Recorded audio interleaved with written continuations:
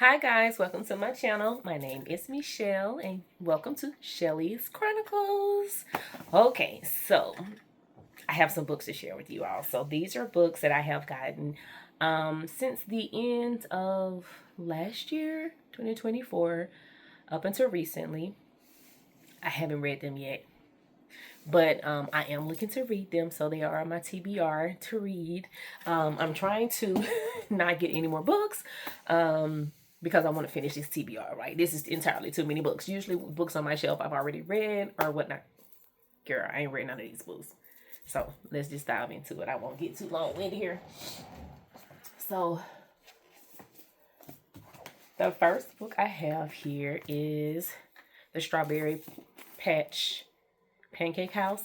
You all already seen this. It's all over online. It's everywhere. You see it everywhere. But I haven't read the other ones, but I did get this one because I know y'all get these books, honey, and they just sell out and then you can't find them until a couple of months down the road. But I did find this one.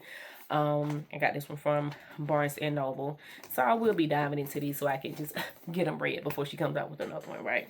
So there's The Strawberry Patch Pancake House by Lori Gilmore. I have another one by Lisa Jewell. She really fascinated me with her other book. So I did read her other one. Let's see what that one is. I just put it on my shelf. The Night She Disappeared. So I did read that one, which was fantastic. So I found another one, Watching You. And it states, synopsis is, Melville Heights is one of the nicest neighborhoods in Bristol, England. It's not only the sort of place where people are murdered. It's not usually the sort of place where people are murdered in their own kitchens, but it is the sort of place where everyone has a secret and prying eyes lurk behind every curtain. So who has been murdered? And who would have wanted one of their neighbors dead? Watching You will keep you guessing until the startling revelation on the very last page. Okay, me.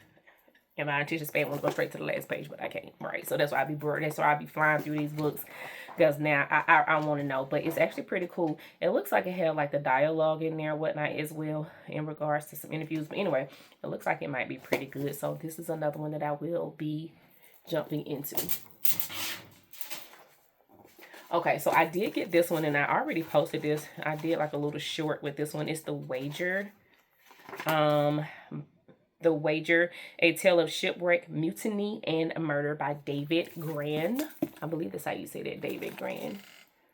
Yep. So this is another one that I will be reading as well. I've got this one from Barnes and Noble here just recently. And the back of that one is on January 28th, 1742, a ramshackle vessel of patched together wood and cloth washed up on the coast of Brazil. Inside were thirsty, emaciated men, barely alive, and they had an extraordinary tale to tell. They were survivors of His Majesty's ship, The Wager, a British vessel that had left England in 1740 on a secret mission during an imperial war with Spain.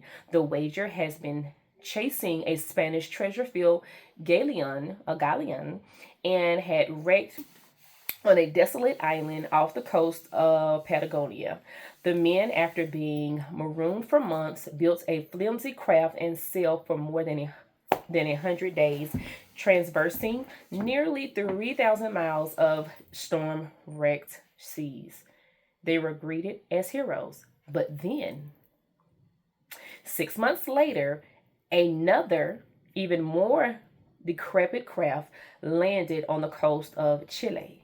This boat contained just 3 castaways, and they had a very different story. That's what caught my eye. I'm like, okay, the top part, I was like, yeah. But when I saw that, I'm like, okay, so what are they talking about?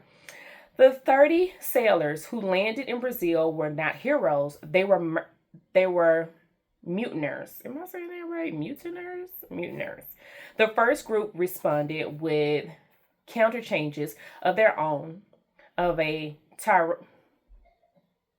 tyrannical, cannot say that for some reason, and murderous senior officer and his henchmen. It became clear that while stranded on the island, the crew had fallen into anarchy. As accusations of treachery and murder flew, and girl, what they say? And military convened a court martial to determine who was telling the truth. The stakes were life and death. For whomever the court found guilty could hang. The wager is a grand tale of human behavior at the extremes told by one of our greatest nonfiction writers. So, that's my thing. What caught me was they lying. They came in, another group came in, they lying. That's not what happened. So I was like, okay, let's see what they're talking about. So I think it might be pretty cool. Okay, another one by Lisa Jewell. So I was at Half Price Books. I had a moment there and went there. And let's see this one over here. This one is called The Family Upstairs. So on the back of this one it says, soon after her birthday, Libby Jones returns home from work to find the letter she has been waiting for 25 years. She rips it open with one driving thought. I am finally going to know who I am. She learns not only the identity of her birth parents, but also that she is the sole inheritor of their abandoned mansion on the banks of the Thames. Everything in Libby's life is about to change, but what she can't possibly know is that others have been waiting for this day as well, and she is on a collision course to meet them. In The Family Upstairs, the master of bone-chilling suspense, this is people, brings us the can't-look-away story of three entangled families living in a house with the darkest of secrets. Sounds good. It sounds interesting. Little family drama. Little family light drama there. Okay, so I was at another bookstore. I don't frequent this one as much, but it's called Book Miser. And so I got James. I got an autographed copy of James. So that was actually pretty cool. I found it. And I had been over at Barnes & Noble. I was going to get that one earlier that day. And then I just happened to go over. I was like, yeah, I'll wait. I'll just wait. And I just happened to go over to Book Miser. And I was like, autographed copy. So I got this one to read as well. So y'all have seen this. It's online everywhere. So I got this book as well. But let's see. This was when, let's see. I'll read it. For people who may not have seen this book. When Jim overhears that he is about to be sold to a man in New Orleans, separated from his wife and daughter forever, he runs away until he can formulate a plan. Meanwhile, Huck has faked his own death to escape his violent father. As all readers of American literature know, thus begins the dangerous and transcendent journey by raft down the Mississippi River towards the elusive and unreliable promise of the free states and beyond. Brimming with the electrifying humor and lacerating observations that have made Everett a literary icon, this brilliant and tender novel radically illuminates Jim's agency, intelligence, and compassion as never before. James is destined to be a major publishing event and a cornerstone of 21st century American literature. So I thought I would get it. I thought it would be pretty cool. Change it up. I read more romance, or more so romance. Is either romance or mystery. That's me. That's what I normally read. So I'm just trying to step out of my normalcy and just read something, read something a little bit different, I think that's always a plus. You got to open up and broaden it to different things, not read the same thing all the time.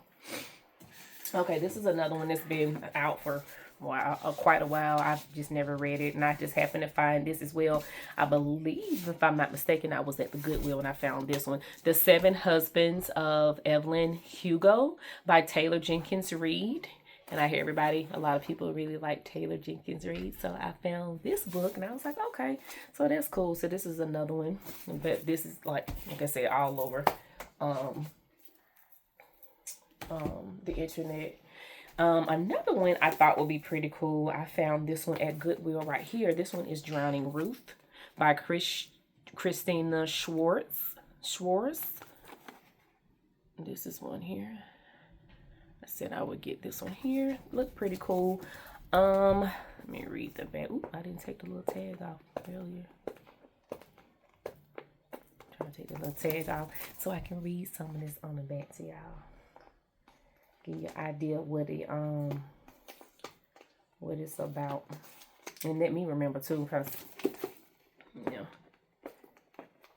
I think this one would be considered a historical fiction.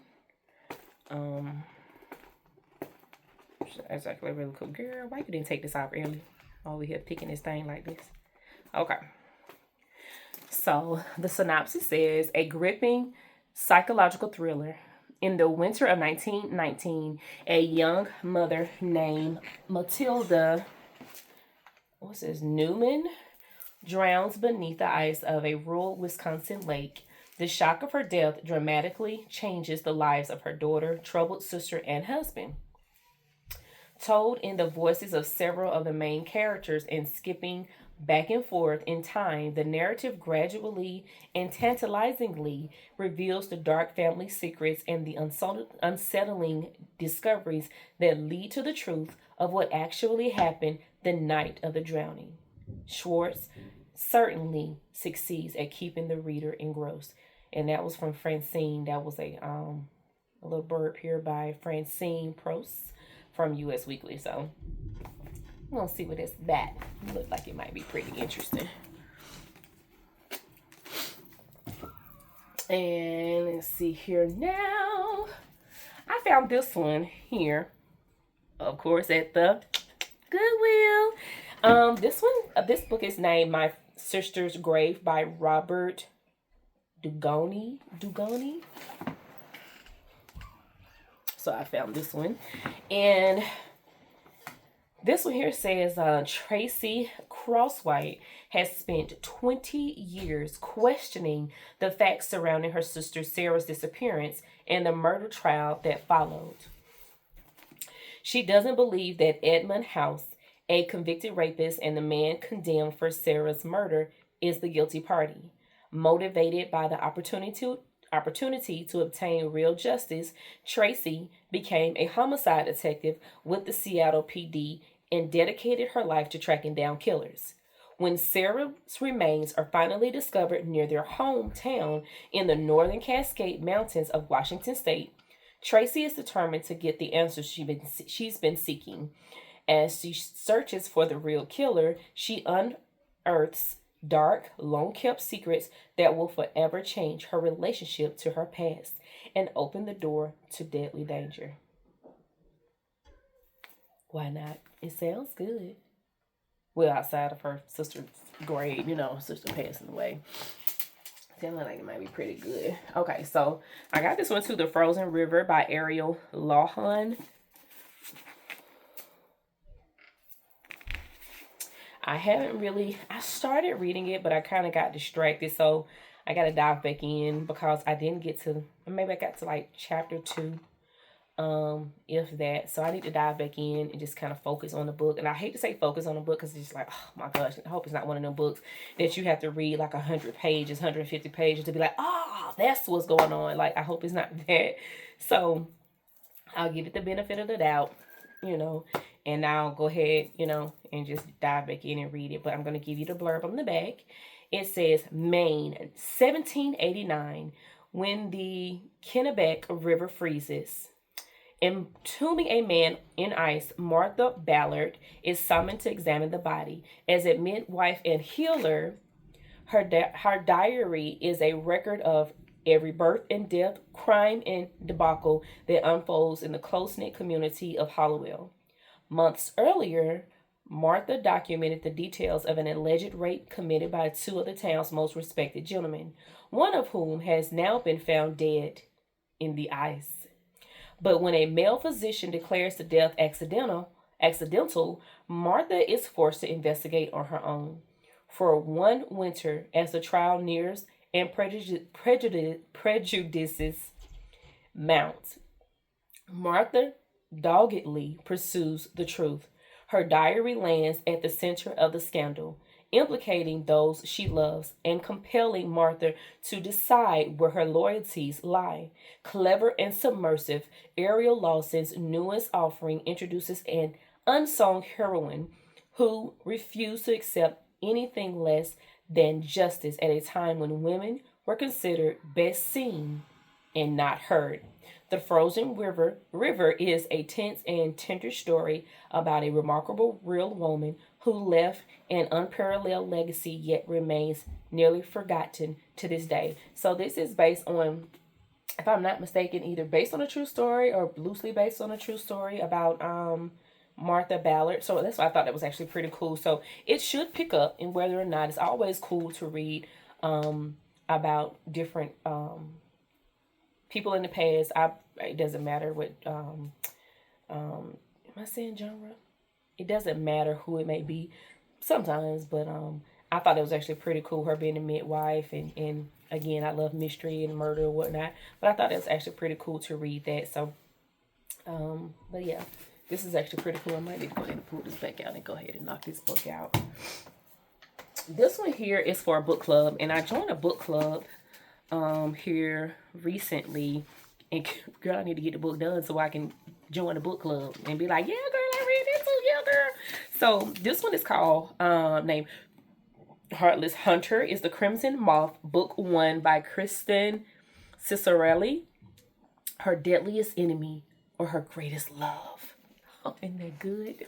Just like, girl, which one is it? So this one here is about enemies to lovers. That's always a good one. That unexpected love. I hate you too. Then they're kissing and hugging. Okay, I digress.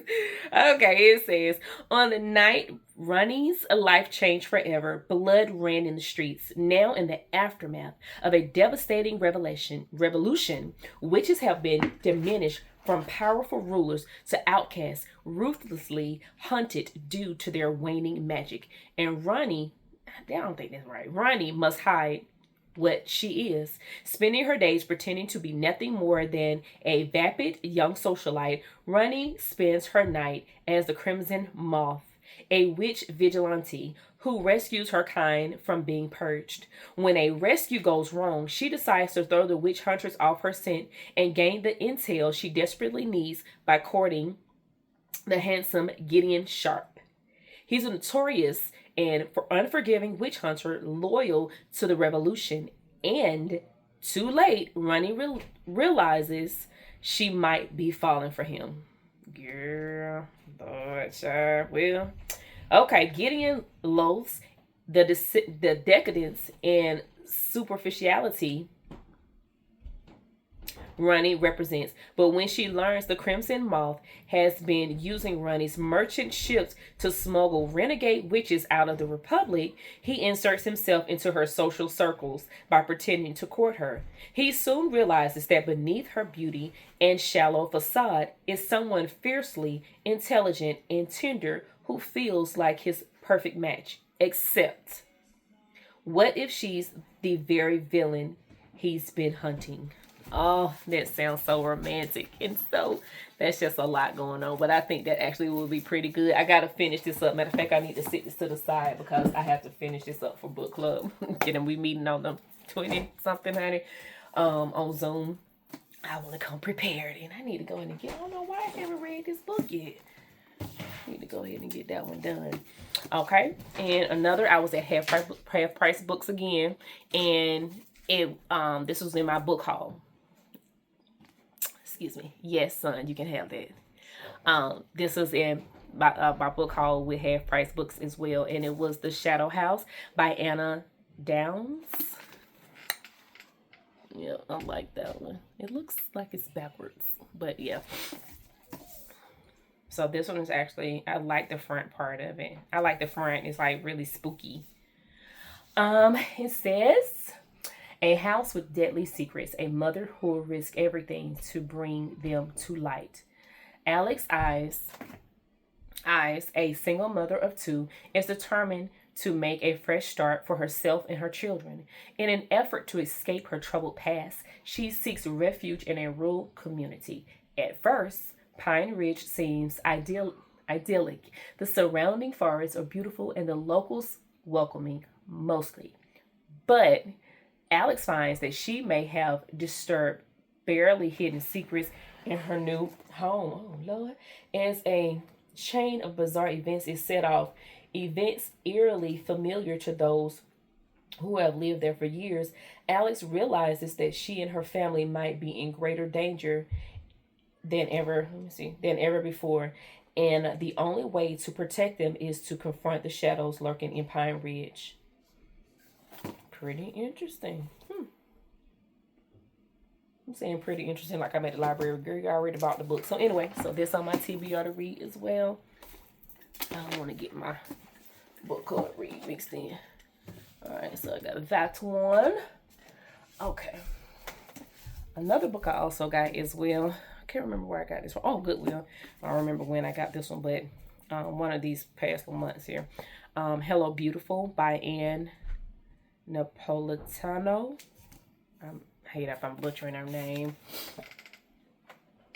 So this one here. The blurb. Can love make a broken person whole? Can it? I believe it can. William Waters grew up in a house silenced by tragedy, where his parents could hardly bear to look at him, much less love him. So when he meets the spirited and ambitious Julia Pandavano in his freshman year of college, it's as if the world has lit up around him. With Julia comes her family, as she and her sisters are inseparable. Sylvie, the family's dreamer, is happiest with her nose in a book. Cecilia is a free-spirited artist, and Emmeline patiently takes care of them all. With the Pandavonas, I'm saying it wrong, Pandavonas, William experiences a newfound contentment. Every moment in their house is filled with loving chaos. But then darkness from William's past surfaces, jeopardizing not only Julia's carefully orchestrated plans for their future, but the sisters' unshakable devotion to one another. The result is a catastrophic family rift that changes their lives for generations. Will the loyalty that once rooted them be strong enough to draw them back together when it matters most? An exquisite homage to Louisa May Alcott's timeless classic Little Women. Hello Beautiful is a profoundly moving portrait of what is possible when we choose to love someone, not in spite of who they are, but because of it. Yeah, I'm glad I picked this one up. I know, it's always reasons why you pick up a book, but when you have so many of them, you kind of forget until you kind of go back through that. So I'm reading this to you all, but I'm reading it back to myself too. So I know it's kind of getting long-winded. Where we at? Oh, Lord, 23 minutes, child. But we move. Okay, so this one, I'm so late to the game, honey. It's like last year, well, the past few years, we were working through my father's cancer diagnosis. And, well, my bonus father's cancer diagnosis. But he was so much more than just a bonus father. He was really like, he was a great guy. And I'm definitely going to miss him. Definitely going to miss him. And we were going through the processes of that.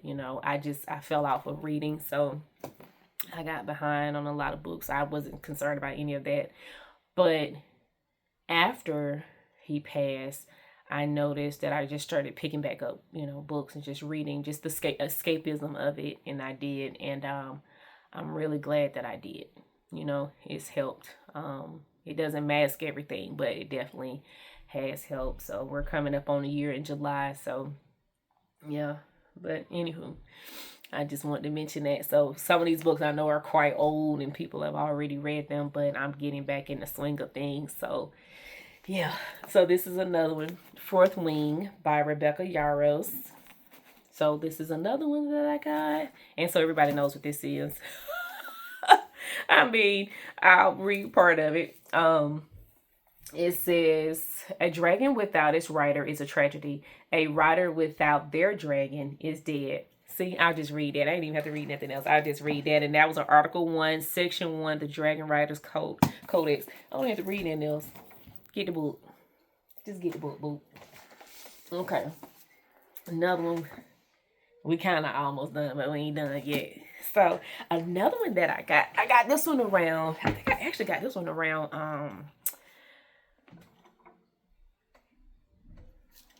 I got this one around, October. It's the Spellshop. It takes a village to open a heart and just one man to steal it. And this one is by Sarah Beth Durst. Isn't it pretty? It was the purple for me. It was the edges, honey. It was the edges. It was so, isn't that beautiful? That's what got me. I was like, yeah, girl, I don't even know what it's about, but she pretty though. So I was like, I got to get the book. But and this one, it says, a lush cottagecore tale full of stolen spell books, unexpected friendships, and sweet jams, and even sweeter love. Killia has always had trouble dealing with people. Thankfully, as a librarian at the Great Library of Alyssum, am I saying it right? Alyssum. And she and her assistant Cass, a magically sentient,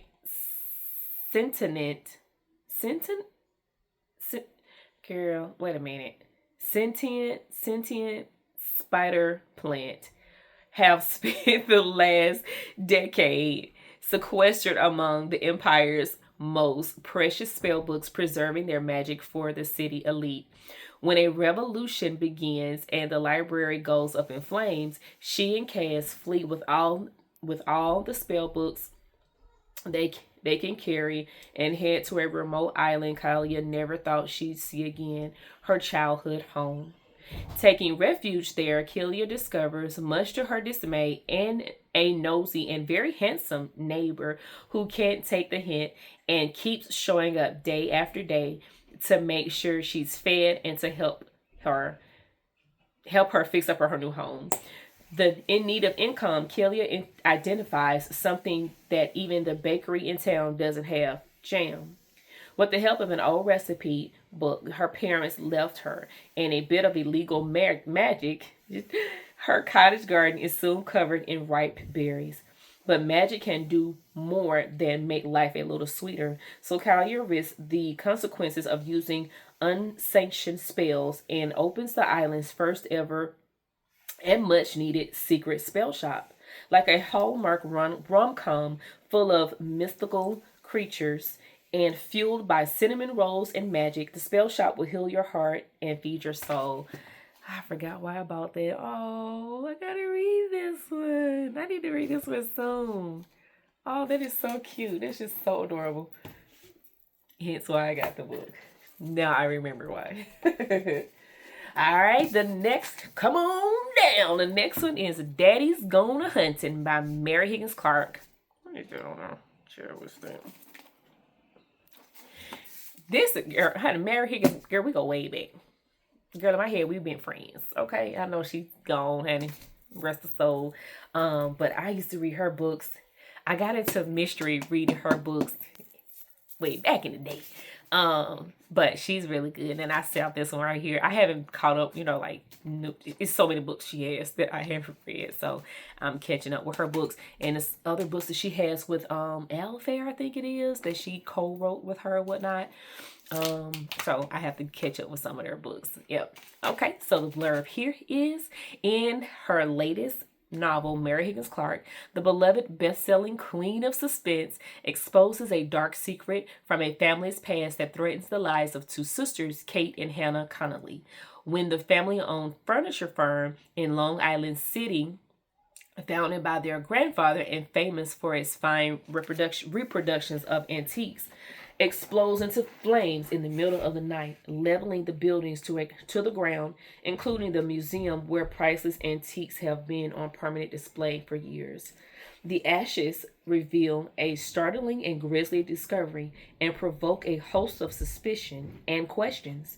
Was the explosion deliberately set? What was Kate?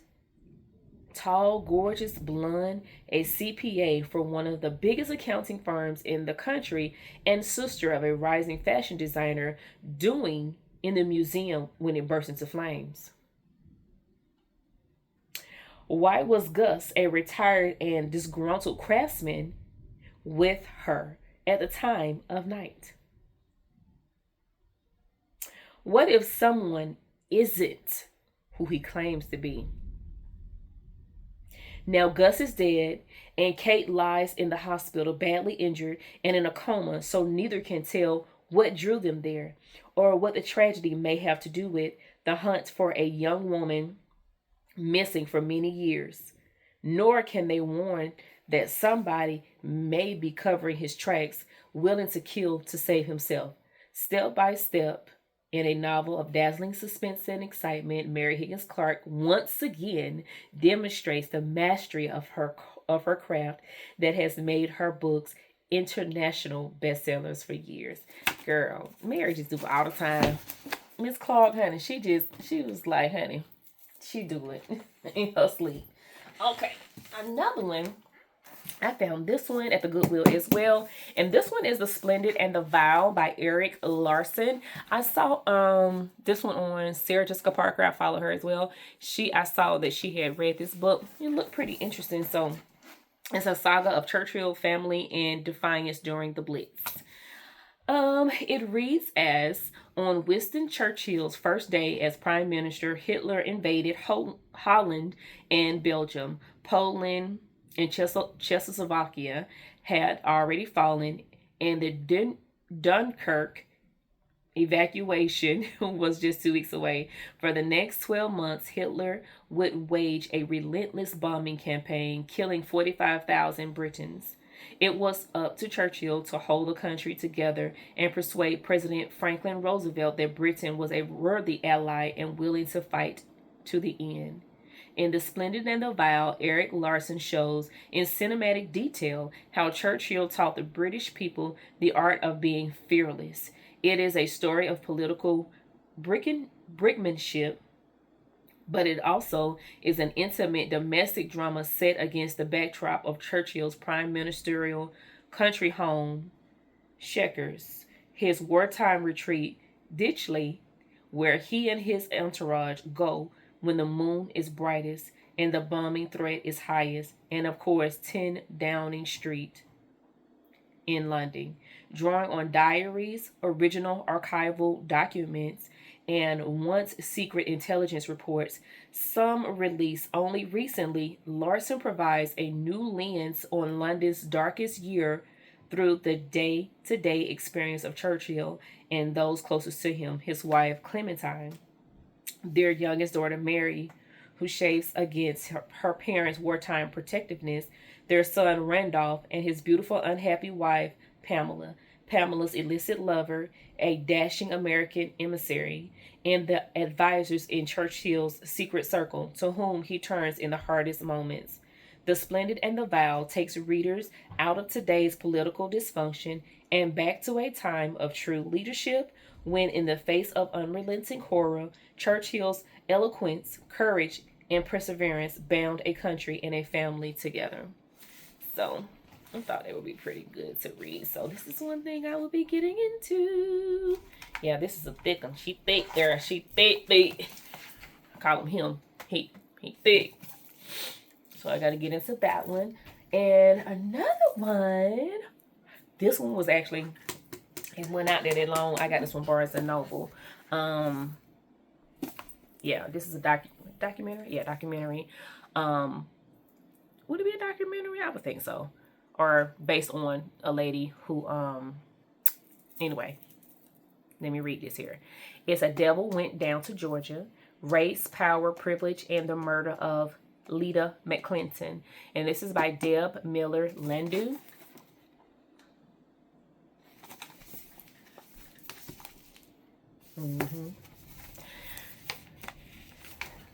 On a cold January morning in 1987, a flower delivery man rang Lita McClinton Sullivan's doorbell.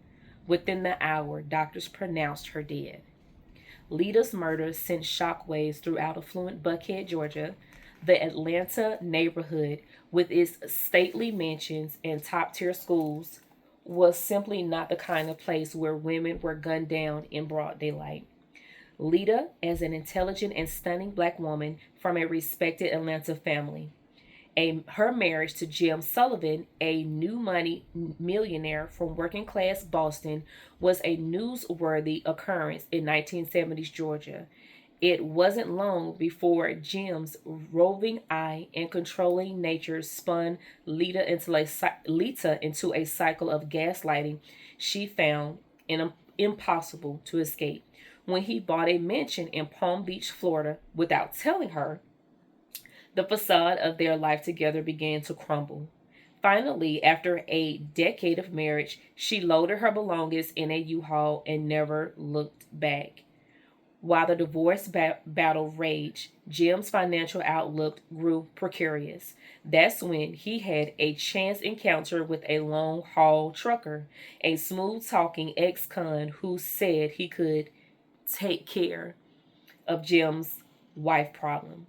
In A Devil Went Down to Georgia, award-winning writer Deb Miller Landau details the shocking events surrounding Lita's murder, including the surprising lack of evidence, racial bias in the justice system, and the international manhunt of Lita's killer.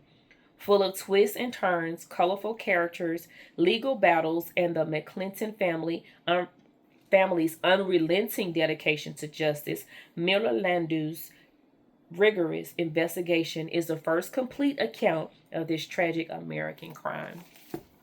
Yeah, girl, that one was... yeah, she got to read that one too. That was crazy. You know, and even like now today, you just hear all kind of stuff, you know, like with marriage and, you know, people taking upon themselves to unaliving somebody. I'm like, girl, babe, if you don't want to be in it, just leave. You can always make money again. Just leave. You don't have to, you know, hurt them. Just go. Just walk away. It's better you just walk away than do something like that. And then now here you go, you know, but... girl, people don't be thinking, or they be thinking of the immediate, thinking they butt won't get caught. Thank y'all so much for hanging out with me. Oh. Okay, I got another one here. Still as Death. This one is a Sweeney St. George mystery by Sarah Stewart Taylor. I got this one from the Goodwill as well. I can't remember, and some of these I'm reading you. Some of them I'll give you a briefing of, give like more detail. Most of them I'm just going to read because some of them I can't remember why I purchased them. But, yeah. Anyway. So this one here, it states, art history professor Sweeney St. George is in the middle of putting together an exhibit on her specialty, the art of death, for the University Museum, where she makes an unusual discovery. A valuable piece of Egyptian funerary jewelry that should be in the museum's collection seems to be missing. Searching for answers, Sweeney learns that a student intern at the museum was the last person to check out the piece. A young woman who died of an apparent suicide soon after she handled it, more than 25 years ago. Though the intricately beaded Egyptian collar won't make the exhibition, Sweeney can't let it drop altogether, nor can she forget the student Karen Phillips who died just a few months after handling the piece. A little digging shows that Karen was working at the museum the night it was robbed that same year, and Sweeney becomes even more curious, but her interest in mysterious past pales when a present-day murder brings Sweeney and her colleagues to the back, girl, at the museum under the Cambridge Police Department spotlight in the person of Detective Tim Quinn, whom Sweeney has worked with before.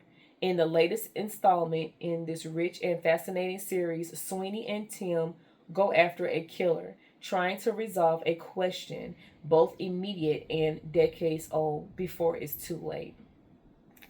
Okay.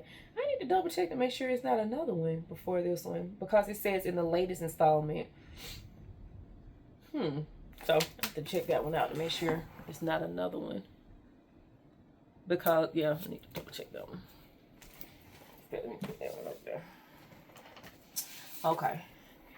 This next one is The House of Silk, and this one is by Anthony Horowitz. Girl, I don't know if y'all have read or seen Magpie Murders or Moonflowers and Moonflower Murders.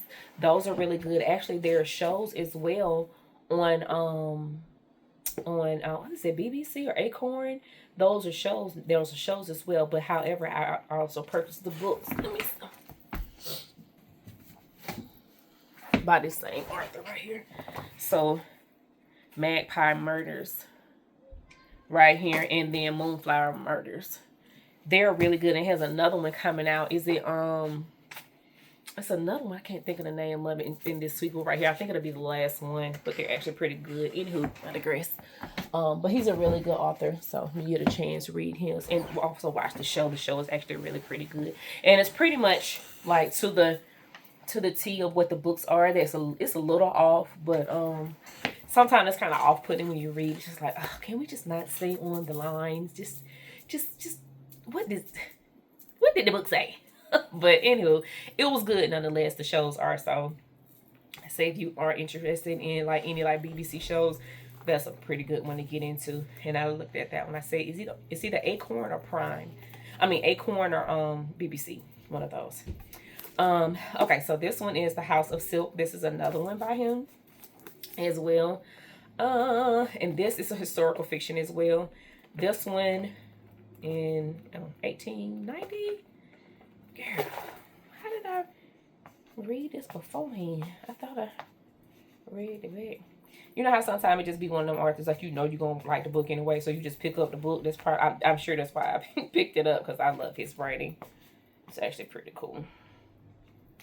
You know, anything can get long-winded, but sometimes I do like the details in the things, because when it's the details of the things, you're so much more engrossed in it, where you almost feel like you're in the actual book with the characters. Like, I love a book that will just draw me in, and I literally am like just so engrossed in it where I feel like I'm a part of it. And that's how what's the other book I told y'all about, Lisa Jewell? None of This Is True. That's how I felt about that book. When I finished that book, I still had the feeling of like, dang, what they doing now? Like, well, what happened? Girl, I'm like, girl, it's a book. They ain't doing nothing. The book is over. But that's how I felt when I was like reading the book, because it was like so engaging. So yeah, I love books like that. Love, love, love. Okay, anyway, back to the book at hand. Okay, so again, this is The House of Silk, and it says London, 1890. 221 B Barker Street, a fine arts dealer named Edmund Carstairs visits Sherlock Holmes and Dr. John Watson to beg for their help. He is being menaced by a strange man in a flat cap, a wanted criminal who seems to have followed him all the way from America. In the days that follow, Carstairs' home is robbed and his family is threatened. And then the first murder takes place. The House of Silk brings Sherlock Holmes back with all the nuance, pacing, and almost superhuman powers of analysis and deduction that made him the world's greatest detective, in a case depicting events too shocking, too monstrous ever to appear in print until now. So we shall see how that goes. Yeah, he's pretty good. Like I said, drawing you into his books are like that too. All right, the next one up is Sherry. You said Sherry Lapina, and I was looking at some other YouTubers or whatever, YouTubers, and they were talking about her, and it was another one I think I read by her, but I think I gave it away. It was pretty good, but I have this one I got this one as well. Oh, The Couple Next Door. That's what it was. So that was actually pretty good. And so I found another one. And this one is An Unwanted Guest by Sherry Lapina. And this one, it says, a weekend retreat at a cozy mountain lodge is supposed to be the perfect getaway. But when the storm hits, no one is getting away. It's winter in the Catskills, and Mitchell's Inn, nestled deep in the woods, is the perfect setting for a relaxing, maybe even romantic weekend away. It boasts spacious old rooms with huge wood-burning fireplaces, a well-stocked wine cellar, and opportunities for cross-country skiing, snowshoeing, or just curling up with a good murder mystery. That's always a plus. So when the weather takes a turn for the worse, and a blizzard cuts off the electricity and all contact with the outside world, the guests settle in and try to make the best of it. Soon, though, one of the guests turns up dead. It looks like an accident, but when a second guest dies, they start to panic. Within the snowed in paradise, something or someone is picking off the guests one by one, and there's nothing they can do but hunker down and hope they can survive the storm and one another. Yeah. Let's see what they're talking about. Let's see what they're talking about. It sounds like it might be good. I hope it's good. You know, sometimes I just get to be like, it's got to be good. Because her other book was pretty good. Okay. So, the next one is The Last Thing He Told Me. This one is by Laura Dave. She's also the author of 800 Grapes. I haven't read that one. So this is another one here. I got this one from the Goodwill as well. Don't know when. Got this from the Goodwill as well. It says, before Owen Mitchell disappears, he manages to smuggle a note to his beloved wife of 1 year. Protect her.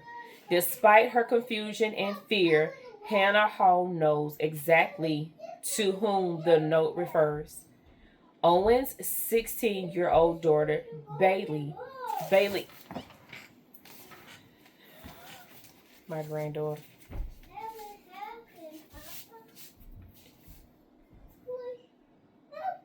Brief intermission here, people. Yes, Jewel. What you doing, Jewel? I was just going to show you a golden ball, but Teacher threw it away from me. Okay. Well, tell her don't throw it away from you. Tell her to be nice. But I already did it. Okay, we'll tell her to give it back to you.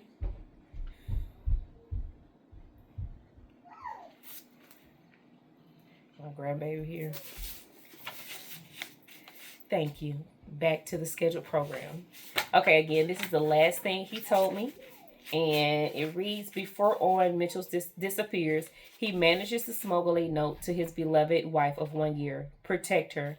Despite her confusion and fear, Hannah Hall knows exactly to whom the note refers. Owen's 16-year-old daughter, Bailey. Bailey, who lost her mother tragically as a child. Bailey, who wants absolutely nothing to do with her new stepmother. As Hannah's increasingly desperate calls to Owen go unanswered, as the FBI arrests Owen's boss, as the U.S. Marshal and federal agents arrive at her Sausalito home unannounced, Hannah quickly realizes her husband isn't who he said he was, and that Bailey just may hold the key to figuring out Owen's true identity and why he really disappeared. Hannah and Bailey set out to discover the truth, but as they start putting together the pieces of Owen's past, they soon realize they are also building a new future, one neither of them could have anticipated. With its breakneck pacing, dizzying plot twist, and an evocative family drama, The Last Thing He Told Me is a riveting mystery certain to shock you with its final heartbreaking turn. Aww. Like they have some type of goodness out of it, but it just sounds like it might be a little sad. Yes, we'll see. Let's see. Riley Sager says, with a dizzying suspense and gorgeous prose, The Last Thing He Told Me tackles tough questions about trust, marriage, and what it means to be a family. A page turner to the highest order. Let's see what it's like. Okay, this is another one by Anthony Horowitz. The word is murder. And it says, a woman crosses a London street. It is just after 11 a.m. on a bright spring morning, and she is going into a funeral parlor to plan her own service. 6 hours later, the woman is dead, strangled with a crimson curtain cord in her own home. Enter disgraced police detective Daniel Hawthorne, a brilliant, eccentric man, as quick with an insult as he is to crack a case. And Hawthorne has a partner, the celebrated novelist Anthony Horowitz, curious about the case and looking for new material. As brusque, impatient, and annoying as Hawthorne can be, Horowitz, a seasoned hand when it comes to crime stories, suspects the detective may be on to something and is irresistibly drawn into the mystery. But as the case unfolds, Horowitz realizes that he's at the center of the story, at its center of a story he can't control, and his brilliant partner may be hiding dark and mysterious secrets of his own. This one right here, this book, Anthony Horowitz wrote himself into this particular book right here of his. So that's actually pretty interesting. This is a word. The word is murder. Okay, I promise we almost done. Okay, so another one. I found this one, and I believe I was at Half Price Books, and I found this one right here. I never heard of this author before, but it's called Fowl Murder by Victoria Tate.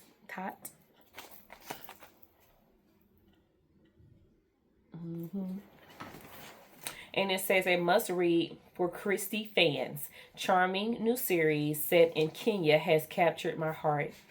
A shooting on the savannah, a tragedy she'd rather forget. When the past and present collide, will she survive to see her future? Kenya, 2016. Semi-retired vet Rose Hardy just wants to enjoy her golden years and care for her disabled husband. But her peace of mind shatters when a forgotten confidant returns and reopens a case where Rose pulled the trigger. With her memories of the poacher's shocking death flooding back, she barely catches her breath before her childhood friend is brutally murdered. Braving blackmail and entrenched corruption, the tireless woman dives headfirst into helping the victim's son solve the crime. But when the lead suspect is killed, Rose's plans of a peaceful life end up dead and buried. As her own traumatic history unravels, can Rose catch a killer before she becomes the next victim? I had never, but that's why I got this one, because I had never heard of this one before, and it was set in Kenya. I thought it was actually pretty cool, and I like Agatha Christie's books as well, so I thought that was actually pretty cool. Yeah. Reassurance, unprejudiced type returns, African settings, with Humble, Victoria Tots, close pounding tale. So we'll see how that one goes. It sounds very interesting though. Alrighty, another one, In the Face of the Sun, and this is by Denny S. Bryce.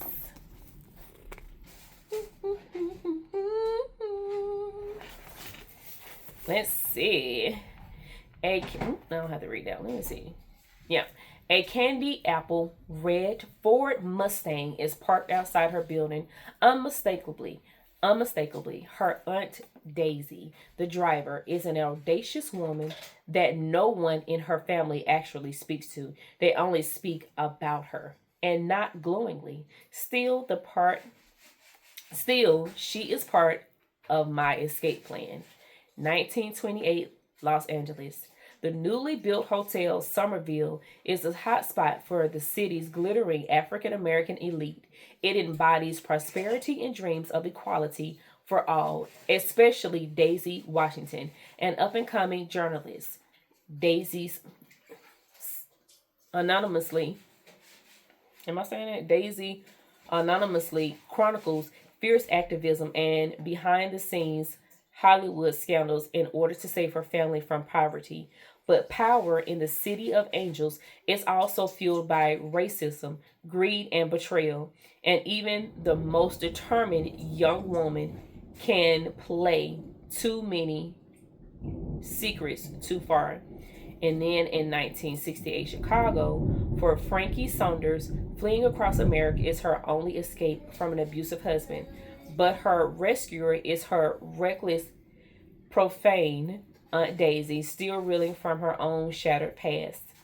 Frankie doesn't want to know where her aunt is up to, so long as Daisy can get her to LA and safety. But Frankie finds things no but Frankie finds there's no hiding place from long held secrets or her own surprising strength. Daisy will do whatever it takes to settle old scores and resolve the past, no matter the damage. And Frankie will come up against hard choices in the face of unexpected passion. Both must come to grips with what they need, what they have left behind, and all that lies ahead.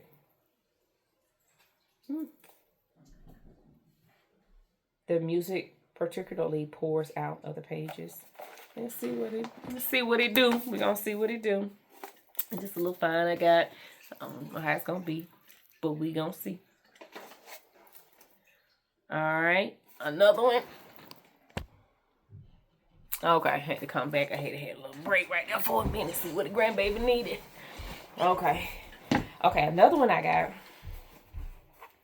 This one is same kind of different as Me, and it's now a major motion picture. I haven't seen this one, I don't believe.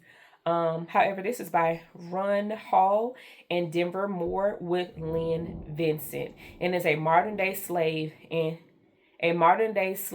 international arts dealer, and the unlikely woman who bound them together. And it says here, it begins outside a burning plantation hut in Louisiana and in East Texas honky tonk, and without a doubt, in the heart of God. It unfolds in a Hollywood hacienda, an upscale New York gallery, a downtown dumpster, a Texas ranch. Gritty with pain and betrayal, the brutality, it also shines with an unexpected life-changing love. This incredible retelling now includes an interview with the authors and a reader's guide that is perfect for individual or and a group study. Oh wow, that's pretty interesting. I didn't know that. I ain't read it. I ain't go all the way down. Oh, they got ripped. Oh, okay. So this is a. Oh, I see. Okay. This is cool. I wonder if I should. I'm gonna read this one though. This is pretty interesting. Let's see if I can find the movie. I don't know if I want to watch, because a lot of time I like to read. Like I said, I like to read the book first. Okay. New York Times bestseller and amazing true story. Sometimes I like to read the book. Most of the time I like to read the book first because it just gives you a better understanding. You know, sometimes the movie kind of glazes over certain things, but it doesn't give you the full in-depthness, whereas the book generally gives you that full in-depthness of this. Oh, okay, let's see. This is a blurb by Mark Clayman. He's an executive producer for The Pursuit of Happiness. He says, the most inspirational and emotionally gripping story of faith, fortitude, and friendship I have ever read. A powerful example of the healing, restorative power of forgiveness and the transformational, life-changing power of unconditional love. What we need. Such a time as this. That's what we need here. That's pretty good. Okay. Get to the side. I need to see. I need to read that one. Okay. This is another one I got here, which I may end up reading with a book club. I believe it's Danny reads. Need to join her book club because they're reading this, I believe, in June. So I may just hold until then so I can, have other people who are reading it with me. But this is the Reformatory. This is by Tanavri Do. I hate if I'm butchering her name. It says one of the best novels published in 2023. Oh Lord, way off, ain't it? This one right here. Okay, this one is based out of Gracetown, Florida, June 1950. 12-year-old Robbie Steffens Jr. is sentenced to 6 months at the Gracetown School for Boys, an institution for kicking the son of the largest landowner in town in defense of his older sister, Gloria. So begins Robbie's journey further into the terrors of the Jim Crow South and the very real horror of the school they call the Reformatory. Robbie has a talent for seeing ghosts or hunts, but what has was once a comfort to him after the loss of his mother has become a window into the truth of what happens at the reformatory. Boys forced to work to remediate their so-called crimes have gone missing, but the hints Robbie sees hint at worse things. Through his friends, Redbone and Blue, Robbie is learning not just the rules, but how to survive. Meanwhile, Gloria is rallying every family member and connection in Florida to find a way to get Robbie out before it's too late. The Reformatory is a hallucinatory hunting. I'm probably saying that wrong. Hunting, terrifying, and moving. This is from S.A. Cosby, best-selling author of the All the Sinners Bleed. He said is a haunting, terrifying, and moving work of historical fiction written as only award-winning author Tanavary Dew could, by piercing together the life of the relative her family never spoke of and bringing his tragedy and those of so many others to the infamous Dozier School for Boys to light in this riveting novel. It's so crazy.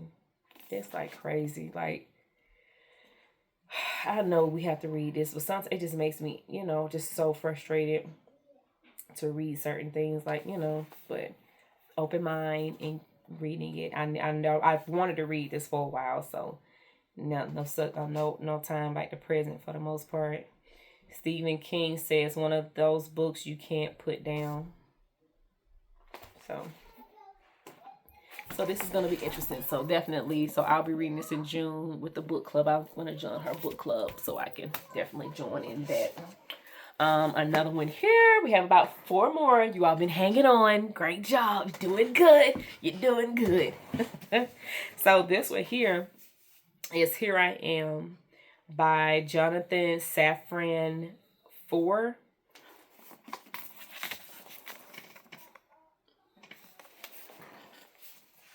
Let's see here. A monumental new novel from the best-selling author. Okay, in the book of Genesis, when God calls out Abraham before ordering him to sacrifice his son Isaac, Abraham responds, "Here I am." Later, when Isaac calls out, "My father," before asking him why there is no animal to slaughter, Abraham responds, "Here I am." How do we fulfill our conflicting duties as father, husband and son, wife and mother, child and adult, Jew and American? How can we claim our own identities when our lives are linked so closely to others? These are the questions at the heart of Jonathan Safran Foer's first novel in 11 years, a work of extraordinary scope and heartbreaking intimacy. Unfolding over 4 tumultuous weeks in present-day Washington, D.C., Here I Am is the story of a fracturing family in a moment of crisis. As Jacob and Julia Block and their 3 sons are forced to confront the distances between their lives between the lives they think they want and the lives they are living, a catastrophic earthquake sets in motion a quickly escalating conflict in the Middle East. At stake is the meaning of home and the fundamental question of how much aliveness can one bear. Showcasing the same high energy, hilarious irreverence, and emotional urgency that readers loved in his earlier work, Here I Am is Foer's most searching, hard-hitting, and grandly entertaining novel yet. It not only confirms Foer's stature as a dazzling literary talent, but reveals a novelist who has fully come into his own as one of our most important writers. Yeah. Sounds pretty good. Trying to interest. She's a thick one too. Just a thick one. I got 2 thick books, honey. 2 thick ones. Well, 4th wing too. So Reformatory, 4th wing, Here I Am, and then the Splendid and the Vine. Yeah, so those are 4. Okay, my next one here.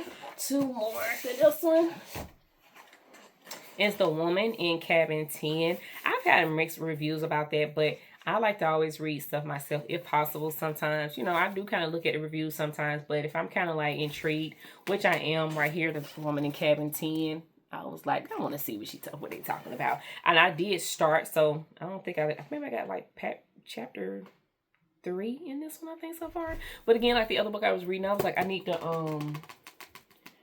dive into this one as well. Where's the other one? I said I need to dive into sooner than later. I'll get it in a minute. But in this one it says, a skim. Hold on, y'all. A skim reads pick named by the Washington. Blah, blah, blah, blah, blah, blah, blah, blah, blah, blah. Okay, I don't need to read all that. Where's the synopsis of the book in? Is it in here? Girl, I don't even see it. Is it on here? I don't even see the Okay, well, I'll just read something from Reese Witherspoon. She says, an edge of your seat thriller set on the most beautiful yacht in the world, full of great characters and twists. Y'all should check this out. Check it out. So that was her. And then the Library Journal says it's a psychological thriller that will keep readers spellbound. The intense final chapters just might induce heart palpitations. Girl, I don't know about that one. Well, I don't know, y'all. Sound like it's good. I mean, you know, it don't have anything else that I can read to you, but it was something about this. I think I heard somebody talking about it more so. The synopsis on the back. It was somebody was talking about it, and I just happened to see it. I think it was at Half Price Books, and I was like, okay, cool, I'll pick it up. So we'll see. If it's not good any further, then I'll DNF, which I don't really like DNF,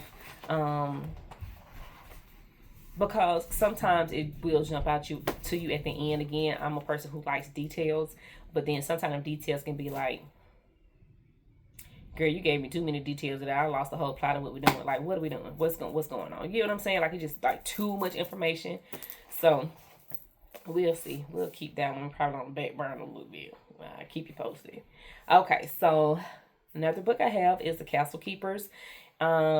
3 different authors wrote this one, joined in on this particular one. I thought this is actually pretty cool. You can't really see, but it's The Castlekeepers. And here it says, Leswick Castle has housed the Alwick family in the English countryside for generations, despite a family's curse determined to destroy their legacy and erase them from history. What? It's jumping between the years of 1870, 1917, and 1945. So that's actually pretty good. It kind of keep you, again, these are the ones you got to pay attention to. You know, when you look at them certain movies and it's like you can't look away, like you can't step away and grab a snack right quick and come back and know what's going on. You have to look at the whole movie from beginning to end. That's what I probably feel like it is like with this one right here, especially when they jump all through the years. It's just there's too much going on right here. Let me see.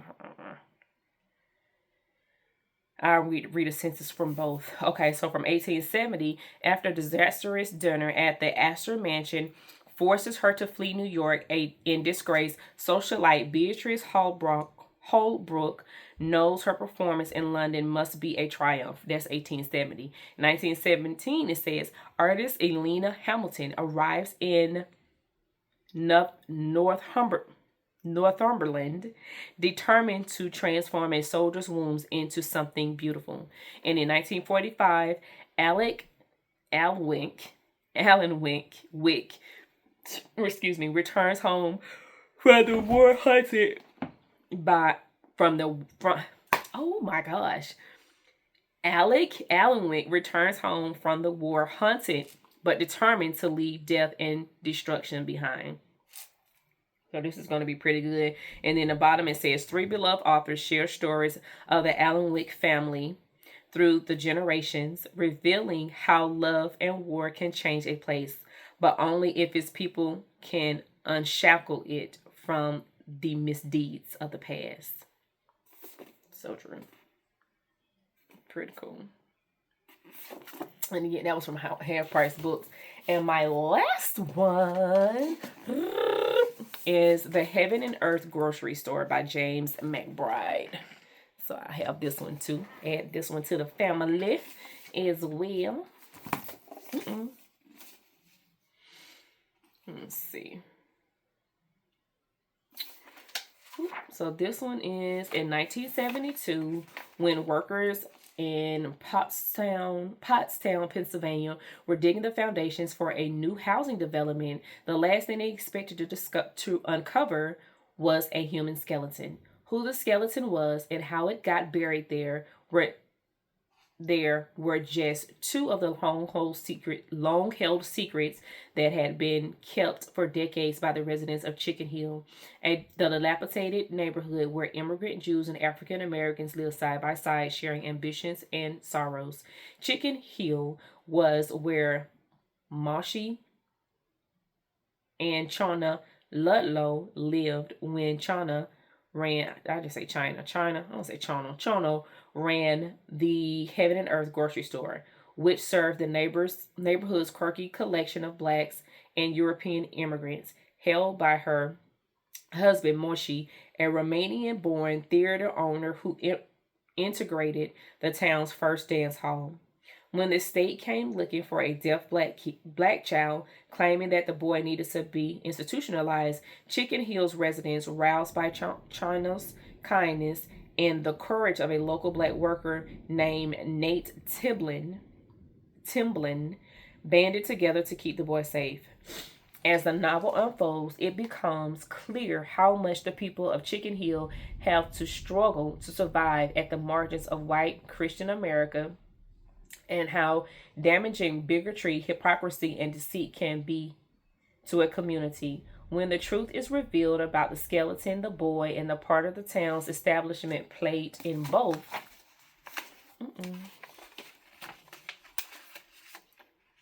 McBride shows that it is love and community, heaven and earth, that ultimately sustain us. Bringing his masterful storytelling skills and his deep faith in humanity to the Heaven and Earth grocery store, James McBride has written a novel as compassionate as Deacon King Kong and as inventive as the Good Lord Bird. Cool. So that is my book haul. That is my book, my TBR for the year. Partly. Lord, I can't buy no more books, and I got so many books on this shelf. I still have more books. I have read How to Solve Your Own Murder, but I got that one when it was in hardback. I read that one some months ago. I want to say it was August. I could be wrong, but it was latter part of last year. I read that book. It was actually really good, so I can't wait for the second book to come out. That'll be out next month, so I'm definitely reading on that. And sometimes I feel like I have to go back and reread the book, especially if it's like been such a long time. And even though certain parts still are there, and I can of course remember it, other parts I can't remember.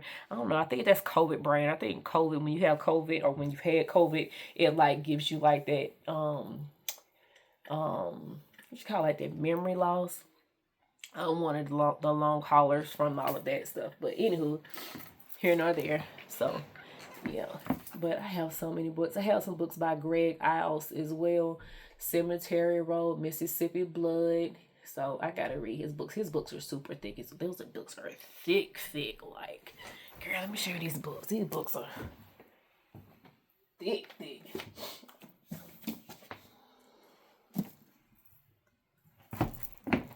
These books are big. So this is Gregory Isles. But Cemetery Road is one I said I wanted to read as well. And I got this one from, I think it was Second and Charles. Yep. So that's another one that I'll be reading. So between doing those and I have other books that I didn't even go through because it's just too many.